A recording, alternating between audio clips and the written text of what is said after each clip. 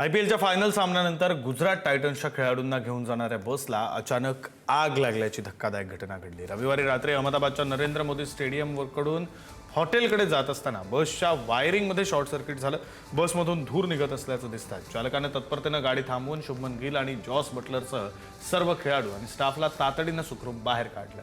या अपघातामुळे खेळाडू सुमारे पाऊण तास रस्त्यावर अडकले होते। त्यानंतर दुसऱ्या बसनं त्यांना हॉटेलकडे सुरक्षित रवाना करण्यात आलं।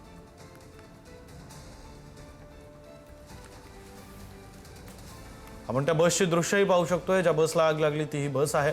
खरं तर अनेक खेळाडू या बसमध्ये होते।